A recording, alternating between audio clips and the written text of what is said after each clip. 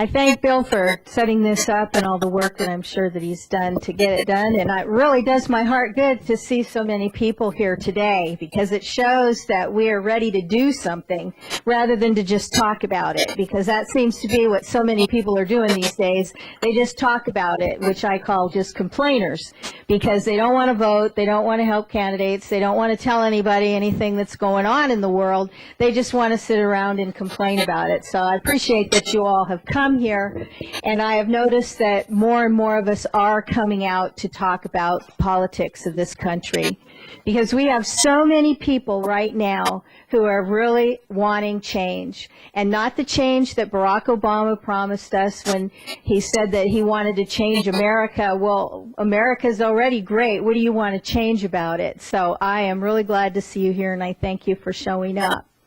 Well, I am a sign language interpreter and a nurse. I haven't done either one of those for a long time because I got into the political thing. And I've run for Congress, and I've run for president, and now I'm running for president again. So I've been doing politics since 2000. I ran for Congress in Oklahoma against J.C. Watts.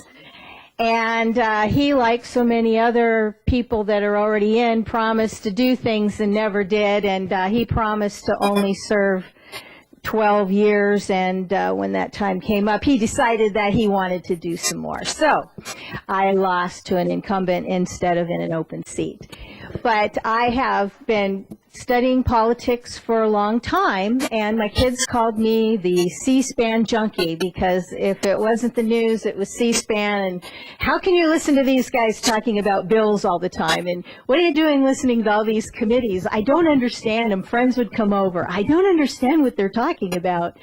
And one thing that I was able to do, because I did homeschool my kids, and I was home a lot, I was able to take the time to find out what was going on.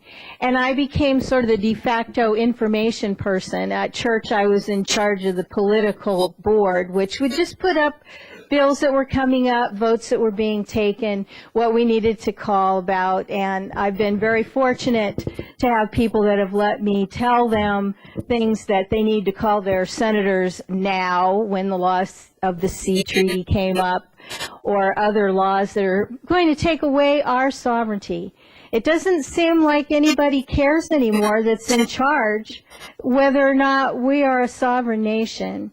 And I believe that we are a sovereign nation. We don't listen to the United Nations. We don't listen to NATO or anyone else. We need to cut back on our laws so that people are not criminals and we don't even know it. When they have hundreds of thousands of laws coming out, then they need more judges and they need more prisons. People are going to federal prison for buying shrimp in a plastic bag instead of a paper bag, because we're supposed to now know the laws of any country we get our products from. So small businesses are being hurt by laws from other countries that they don't even know, and ignorance of the law is no excuse. Can't be anymore in the legal system, because we're losing mercy. And as the President of the United States, I would not sign bills that take away our national sovereignty. You would not see me even tinkering with the small arms treaty that Hillary Clinton's trying to pass off on us now. It's come up year after year, but hopefully we can keep that down, because the people in the Congress think that they can change our Constitution by law. Treaty is not our law. And when it says that the treaty has the same authority as the Constitution, it is true. But you cannot change the Constitution by treaty. The treaty has to be following the Constitution of the United States. So when we talk about the NAFTA superhighway, when we talk about the small arms treaty, when we talk about the law of the sea treaty, these are all unconstitutional, and we can't just say, well, it's a treaty now, so we have to follow it. No.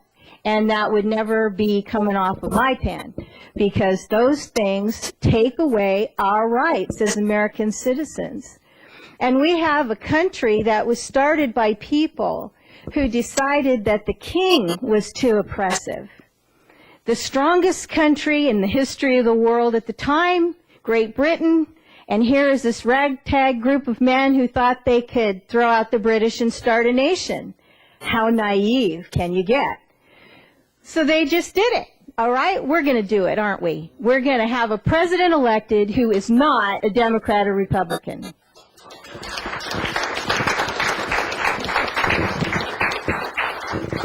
One thing that I think would be a real benefit to the United States is to not have a Democrat or Republican as president. Because in the Congress, they're so busy trying to decide what they have to do to get reelected. So they're not thinking about what's best for the country. They're thinking about what's best for themselves so that they can come back year after year and have the cush job that you really, some of those people, when you watch them, you wonder if they could get a job saying, do you want fries with that? Not to disparage anyone who works at a place that would ask people if you want fries with that.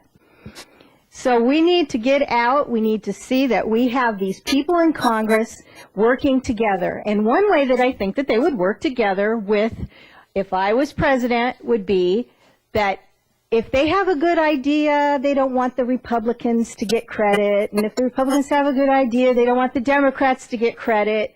So they're fighting each other all the time because that next election's coming up, and they don't want to have to explain why the other party did such a great job and why they should be reelected. But if I was president of the United States, they would be able to blame me if what I wanted turned out badly, or they could say, well, I just did what the president wanted. So they could work together, and I could be the fall guy. And so maybe we could get something done. That would be the plan.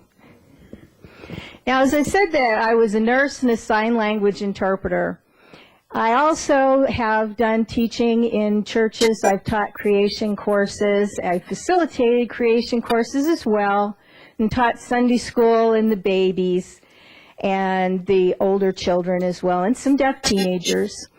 But lest you think that it's only what a person does, I just want to tell you who I am. And because of the things that I have done as being a nurse and a sign language interpreter, homeschooling my kids, is that I have a tender heart.